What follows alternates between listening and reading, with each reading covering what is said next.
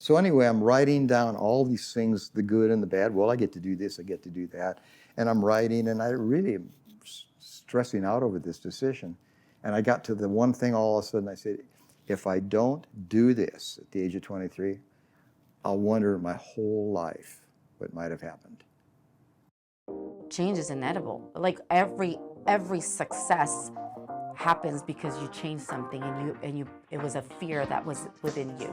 Motivation only lasts for a short amount of time, but discipline is what carries you forward.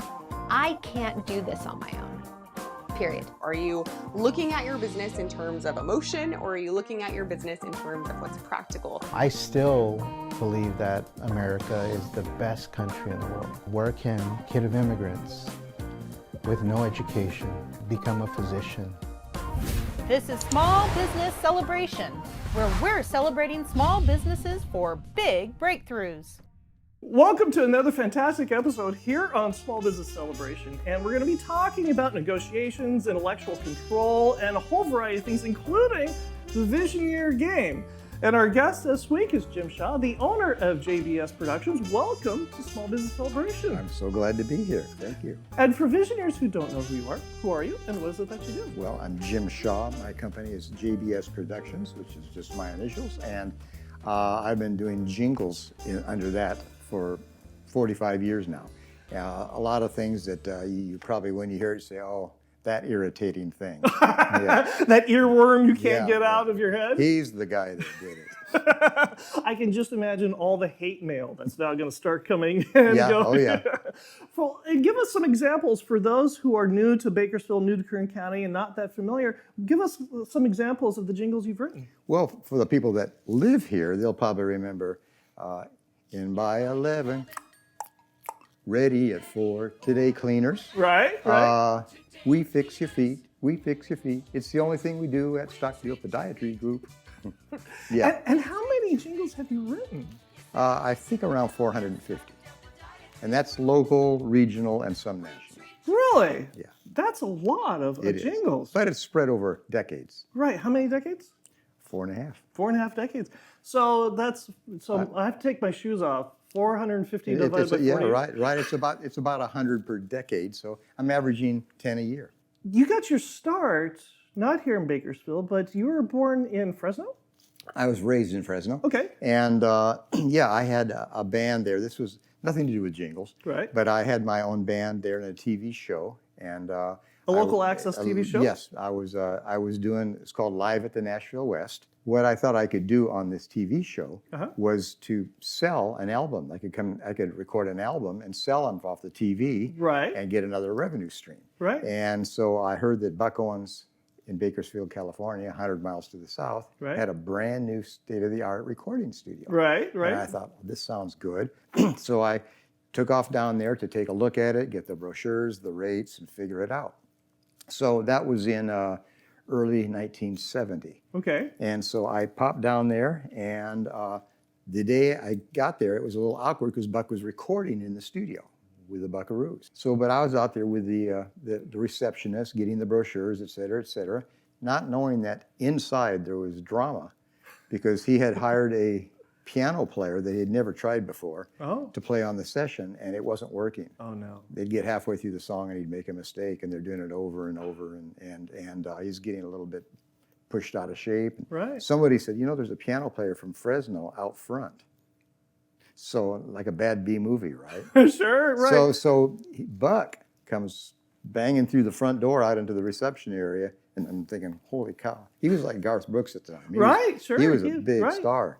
And he said, you're a piano player. And I said, yes. And he says, can you play that song?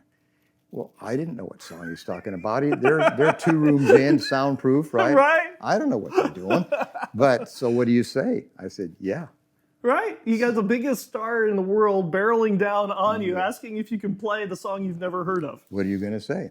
Yes. So we go in there, and I see that the piano player is standing sheepishly off to the side, and he takes me over to the piano and says, do you need to hear it once?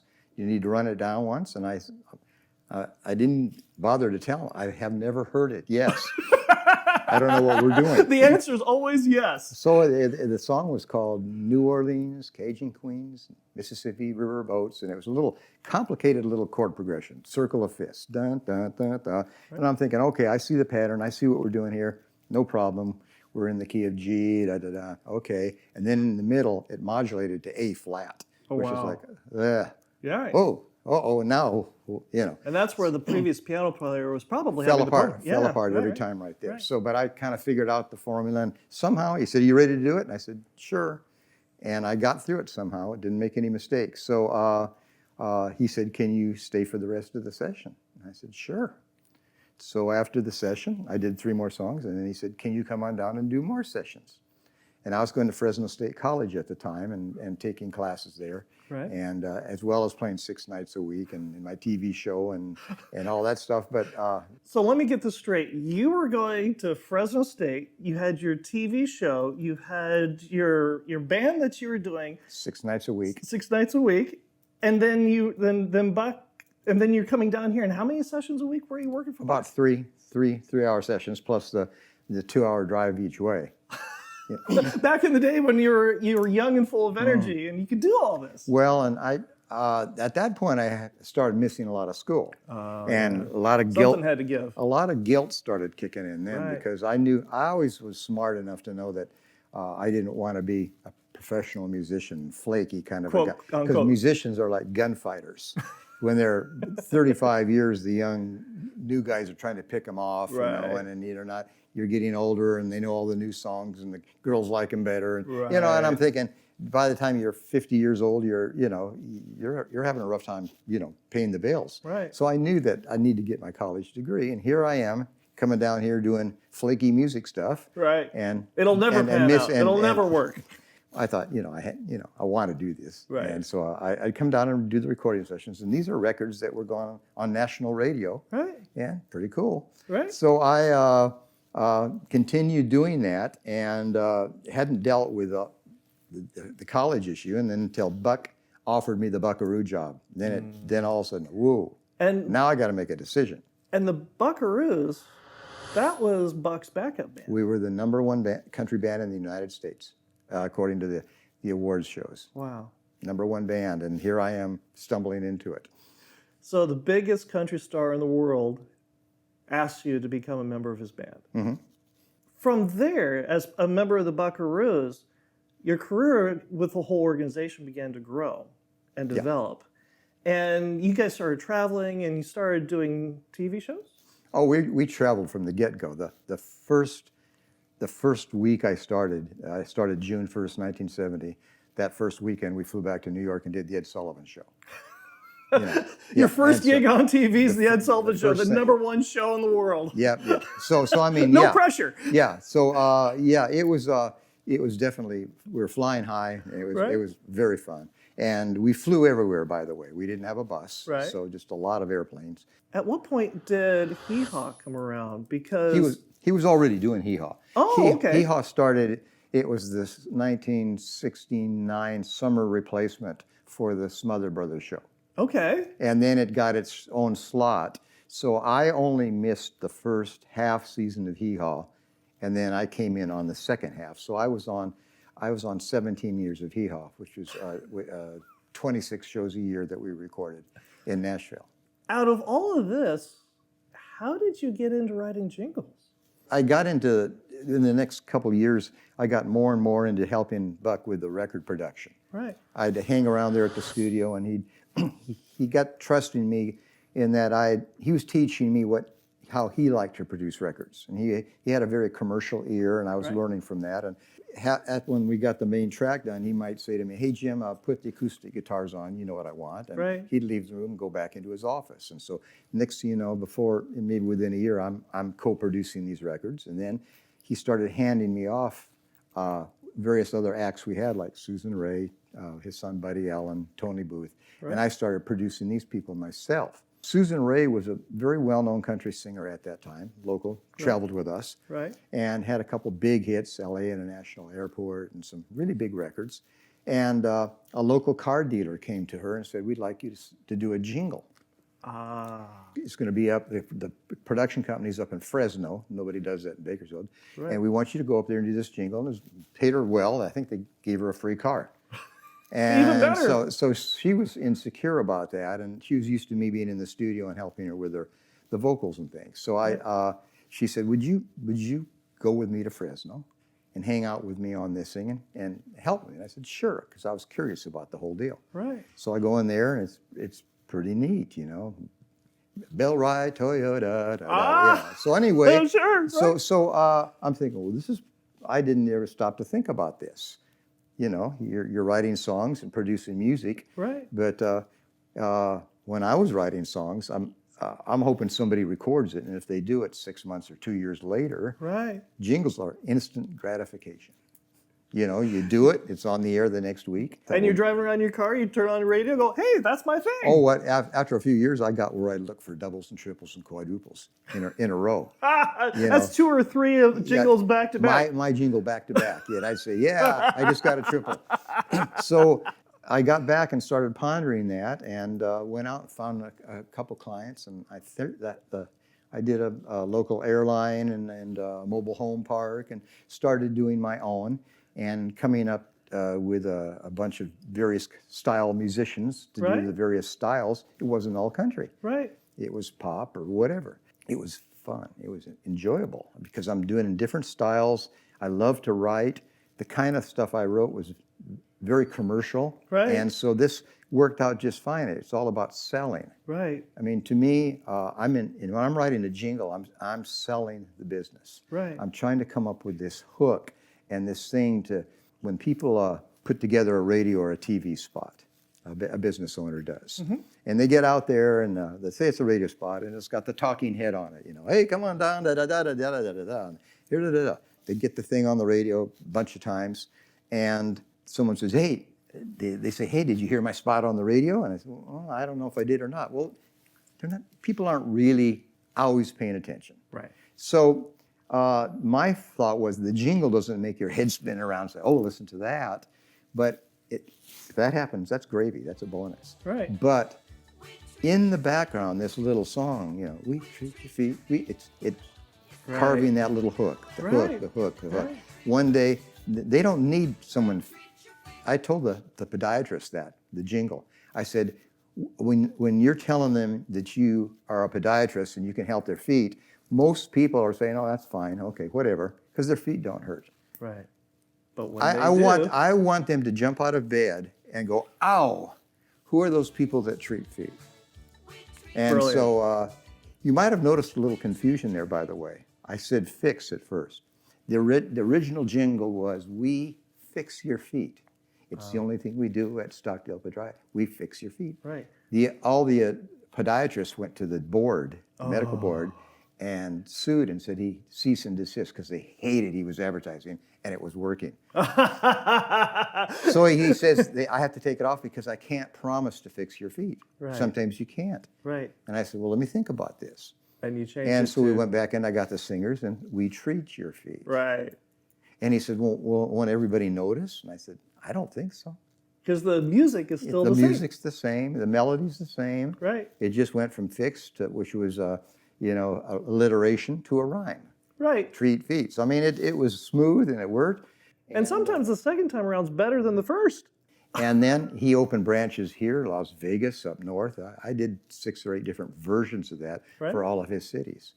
And that's what you're trying to do. You're trying to get that kind of a thing that people joke about, that, oh, I got things stuck into my head. But when it comes on, and of course, put that in the yellow pages, right? Back when there was a yellow pages. Right, right. But put it on your website, whatever. Okay. Oh, there's that line. Okay, it's them. I know them. I know who that is. Right. I recognize him. So to me, I always thought a jingle, if it didn't make your advertising dollar go 20%, 30% further, Right. that was conservative. And that brings us to our first Visioneer question, which is brought to you by Mike Saba, a Zillow Premier agent with Watson Realty, born and raised and never left Bakersfield. Give Mike Saba a call at 661-203-8406 or reach him at mikesaba1@icloud.com today. Our Visioneer question comes from Christine, who asks, We've been trying to teach the art of negotiation to our sales team. What negotiating techniques have you found that works most effectively, and how do you teach them from others? Because this is incredibly apropos for you, because it's one thing to write the song. It's another thing to be the publisher and negotiate the rights to it. It's interesting that only a small part of that is negotiating. Okay. If somebody wants to record somebody else's song and do a cover version of it, Right. you don't have to negotiate it. It's called the statutory rate. It used to be for decades. It was 9.2 cents per unit sold, and it just went to 12 cents per unit sold. Inflation. Yeah, they finally got around to raising it a bit. But all they have to do is go ahead and get the mechanical license. Go say, I want to record this thing, and I'm going to pay for 2,000 units. So that song is 12 cents times 2,000 units. I guess, what is that? $60, isn't it? Right. I don't know. Right. Right. Not very much. I can't do math under pressure. Need to turn off the lights. The negotiation and the fun part is music in synchronization licenses, it's called. Okay. When you synchronize music to video. And I do that for Buck Owens and his music and his masters. Right. Because every time I've done, he's got a song in Remember the Titans and Ford versus Ferrari and Beverly Hillbillies, the movie, and all these different things and television shows. Right. And so they come and they say, we want to use this song, and how much to use it. The use will be 1.5 minutes, Will it be in the credits? No, it's in a scene where this is happening. And generally, I'm working with Most Favored Nations with publisher, because What's Most Favored Nations? basically, it's called MFN. It's if they give, say, you can have that song for $30,000. Oh, okay. And Sony comes back and says, we want $35,000. They have to come back and say, it's Most Favored Nations. They got 35, so we have to give you 35. Okay. Right. Nice. So I always say MFN with publisher. Got it. I like to do that because Sony is experts at this. They have a whole staff that only work on TV, and they know the budgets, they know what's going on, they know what what the market will bear on this. Right. And so when you're negotiating with them, what's your approach? One thing I like, it's called the flinch method. Okay. It's kind of hard to, I'm going to describe it. Say I was using it for a jingle. Right. Because I don't use it for a jingle, but say I did. Right. Okay, the guy, the business owner, he doesn't have a clue. Oh, a jingle, it's probably about $500. Oh, it's about $10,000. He doesn't have a clue. Right. And I'm not sure if I want to pop a price out there, because I kind of like to know what he's kind of at. budget he'd have. Right. Anybody negotiating, you want to know what their budget is. Right. What are the expectations? So you kind of go out there in the middle and you say, oh, that's going to be $4,000. Ooh, $4,000. Boy, I don't know if I can do that. Well, I'll tell you what. I was going to use the Mormon Tabernacle Choir on it.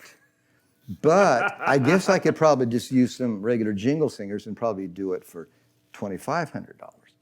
Or they can say, oh, that's not too bad. Right. And I say, yeah, how'd you like that in stereo? So, it's a fun tool, and I think I'm using it a lot. And when I'm having conversations with somebody, I have no idea what kind of a music budget. A big movie might have $1.5 million, $2 million to spend on music. Right. And the little guys don't. And Right. then there's the guys that come and they just want what's called a festival license. What's that? That's where they don't have any money, but they're going to finish the thing, take it to these festivals and see if they can get a backer. And so I give them an agreement that I'm not going to charge them now, or I'm going to charge them $50 or whatever.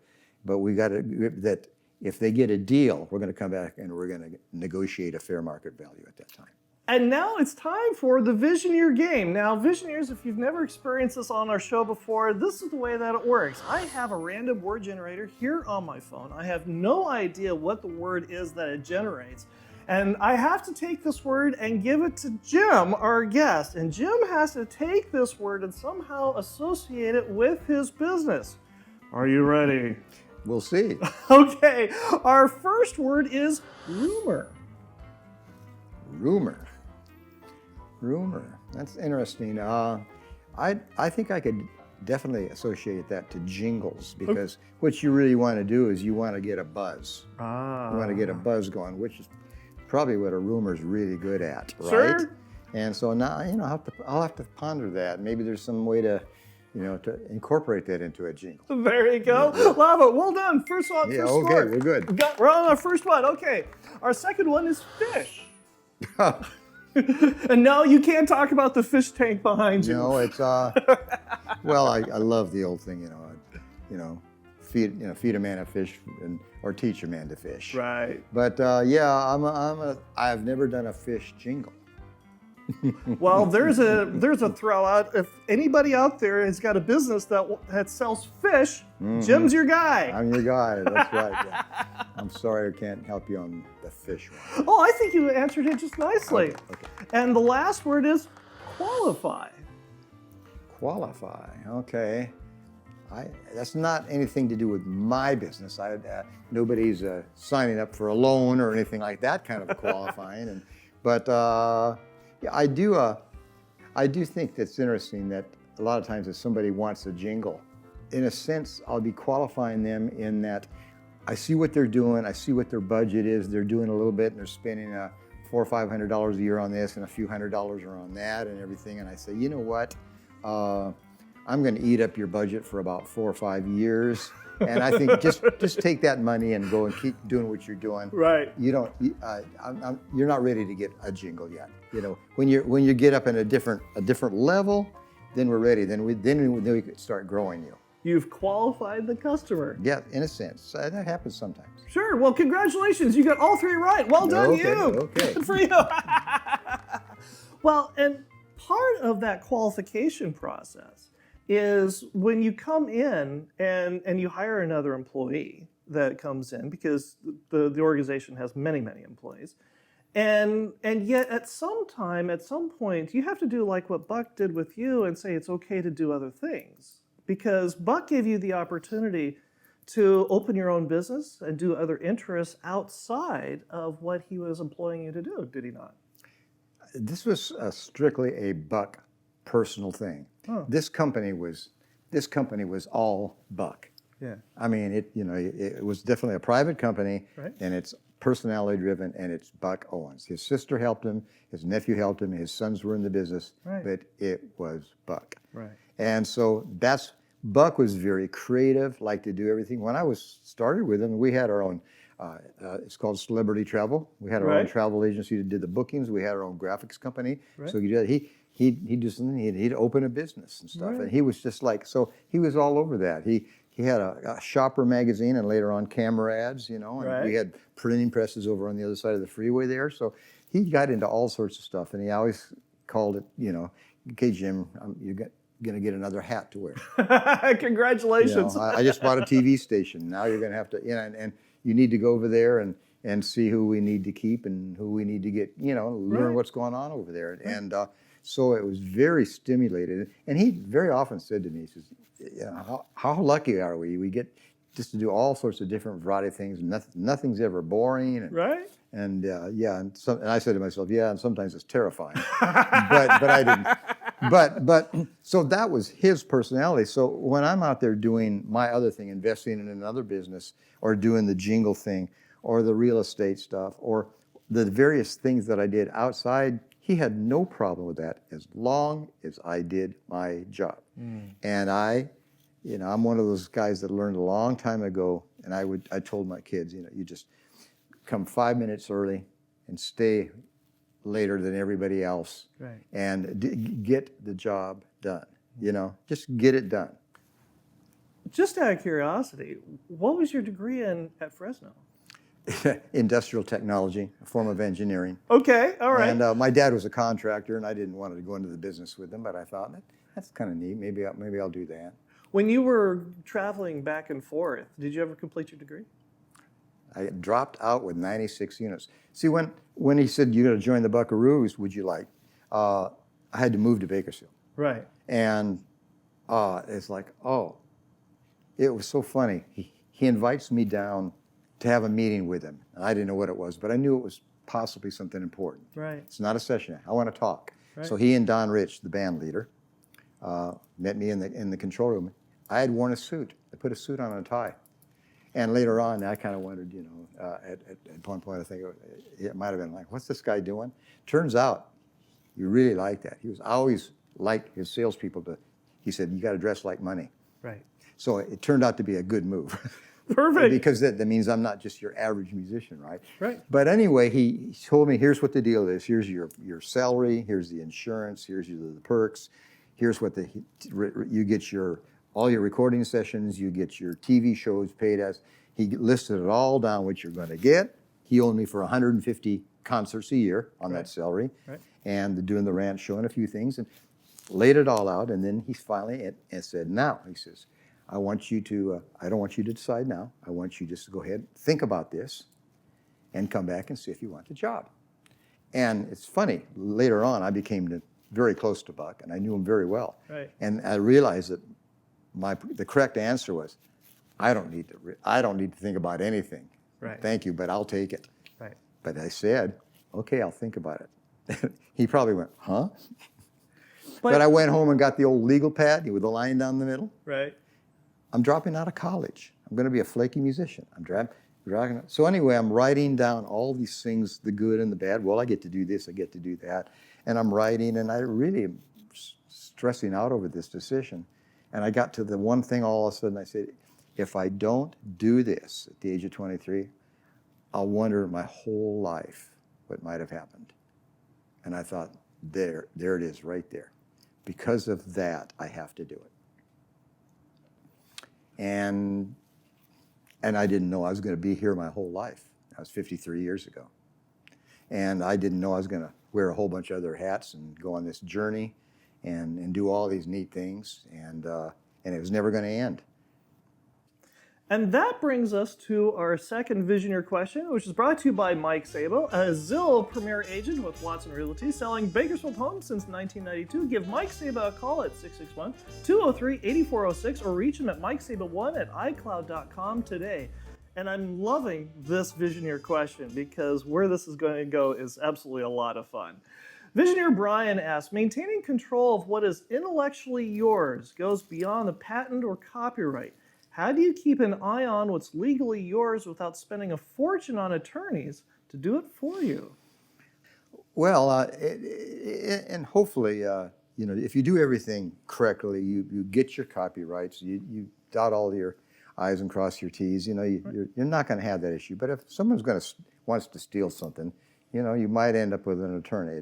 It depends, very often how valuable this copyright is and what kind of money we're talking about. And I can't think of any issues I've ever had where it was a serious problem that wasn't quickly solved. Somebody claimed that they owned this song, and I said, no, here's a copy of the copyright, end of story. Right. Send it off to BMI or whatever, and these outfits like BMI and ASCAP for performance royalties, and Harry Fox Agency and people for mechanical royalties, they've been around for 100 years, and not 100, 60, 80, some of them. And they have staffs of attorneys that understand all this stuff, and they've seen it all. And generally, they'll sort it out for you. Right. And the reason I like this question is because what you're doing here with the organization is preserving the Crystal Palace. That's one of the end results. We, before Buck passed away, he set up that there was going to be the Buck Owens Private Foundation. Right. The radio stations are not in it. Basically, what's in it is all of Buck's intellectual property. The ownership of his masters, his publishing, his songwriting royalties, all of that are in there. We also own the Crystal Palace. So basically, we can help out when necessary to subsidize situations in a tight month like or COVID. Right. Luckily, we got some grant money during COVID, or we would have been gone. Right. We would have been gone. And a big part of this is there's two aspects of a song. The royalties that go to the person who wrote it, and then the money that goes to the publisher. It's a 50-50 partnership. Which part does the foundation currently own, and what's the other part the foundation's trying to... Yes, it's called termination of transfer. Okay. And it's something that they came out with, I think, in 1973, when the new copyright law. They allowed people to get, after either 35 years or 55 years, depending on when the song was written, they could come back and jump through a bunch of hoops, send a registered letter, do this, do that, and everything, and say, I want my songs back. And the timing of this had just recently become amazingly critical, because all of a sudden we hit, the last couple of years, the Beach Boys, the Beatles. We're talking about the 60s. We're talking about publishing companies that had amazing copyrights. And all of a sudden, the writers or the writers' heirs say, okay, we want these back. I do have to say, you get back the domestic royalties, not the foreign. Oh, really? Yeah, it's just domestic. So you're still partnering with the publishing company on those things. So it gets a little complex. But yeah, you're getting that portion of the revenue will go to you now instead of the. And so that revenue that you're working on right now is designed to come back into the foundation to keep funding the Crystal Palace so that the Crystal Palace can stick around. Yeah. That's pretty amazing work. The Crystal Palace was interesting because we talked about it for many, many years before we had a false start a few years before we built it, came up with plans that really weren't suitable at all. We couldn't figure out how to combine a restaurant and a venue and a museum all into one space.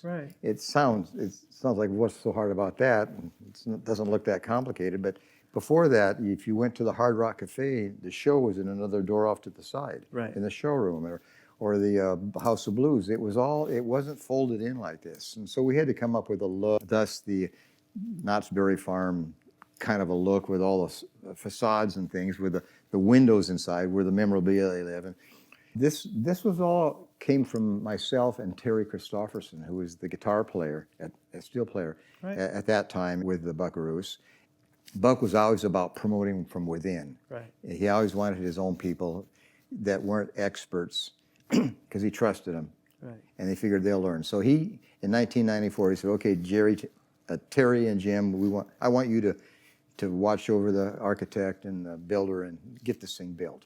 And so we lived it for 2 years. For 2 years, we were over there every day, putting out fires and all the different things that, would go wrong, of course. And Buck helped enough to slow it down because of him, we had 138 change orders. Jeez. Because he kept going over there and saying, well, that's great, but it should have been bigger and it should have been over there. And so it was challenging. But it was our baby, and my wife loves this story. But on opening night, Buck got us all brand new Buckaroo suits. We were all dolled up, and we had special guest stars, Dwight Yoakam and Marty Stewart, all these different people coming in for our grand opening, and we did 2. After the first show, I go into the bathroom, and it's just a mess. There's paper towels all over the floor. There's water all over there's just a big mess of stuff. And I thought, oh, this is my bathroom. Oh, right? So there's nobody in there except one old coot over there at the urinal down at the end. Looked like he'd had a little bit too much to drink. And he's over there at the urinal, and I'm gathering up the paper towels, and I'm stuffing them in the wastebasket, and I'm grabbing some paper towels. I'm wiping the mirrors, and I'm wiping off the counters, and I'm doing all this stuff in my Buckaroo suit, right? And I got all done about the time he's walking out, and he turns around and looks at me with a sneer on his face. He says, and I thought you guys were famous.